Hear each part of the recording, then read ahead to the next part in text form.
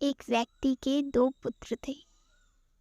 एक का नाम शब्द था, दूसरे का नाम विनय था। उसने सोचा अब ये दोनों बड़े हो रहे हैं तो इनको शिक्षा प्रदान करवानी चाहिए। इसलिए वह उन्हें आश्रम में ले गए और ऋषि मुनि से कहा, मैं अपने दोनों पुत्रों यानी शब्द और विनय को आपसे गुरुदक्षिणा दिलाना चाहता हूँ और आध्यात्मिक ज्ञान की शिक्षा प्राप्त करवाना चाहता हूँ। उन्होंने कहा, मैं पहले परीक्षा लूँगा। ऋषि मुनि ने शब्द और विनय दोनों की परीक्षा ली। पहले विनय को बुलाया और उससे कहा, ये एक छोटा सा चिड़िया का बच्चा है, इसको लेकर बहुत दूर जाओ, जंगल में जहाँ भी कोई ना देखे उस जगह ले जाकर इस चिड़िया के बच्चे को मार देना। विनय उस चिड़िया के बच्चे को लेकर जंगल में दूर चला गया।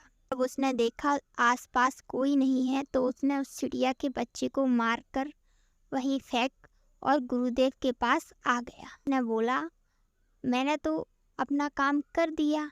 उन्होंने चिड़िया का बच्चा को दिया जो कि उसका छोटा भाई था। उसको शब्द को वह चिड़िया का बच्चा देते हुए उन्होंने उससे भी वही बात कही कि जहाँ तुम्हें कोई ना देखे उस जगह ले जाकर इस चिड़िया के बच्चे को मार देना। तो जंगल में बहुत देर तक भटकता रहा।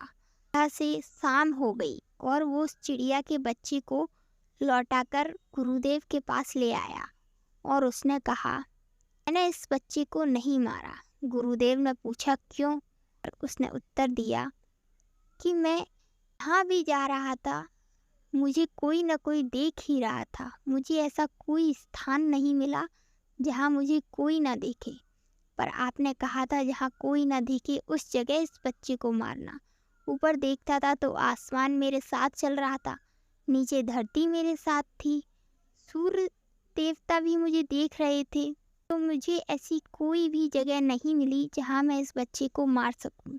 इसलिए मैं इस चिड़िया के बच्चे को वापस आश्रम ले आया। गुरुदेव उससे बहुत प्रसन्न हुए और शब्द को अपना चेला बना लिया और विनय को कहा, तुम अपने पिता के साथ लौट जाओ। मेरी ये परीक्षा थी जिसमें शब्द ने उस परीक्षा को पास कर लिया और मैं शब्द को ही अपना शिष्य बनाऊंगा।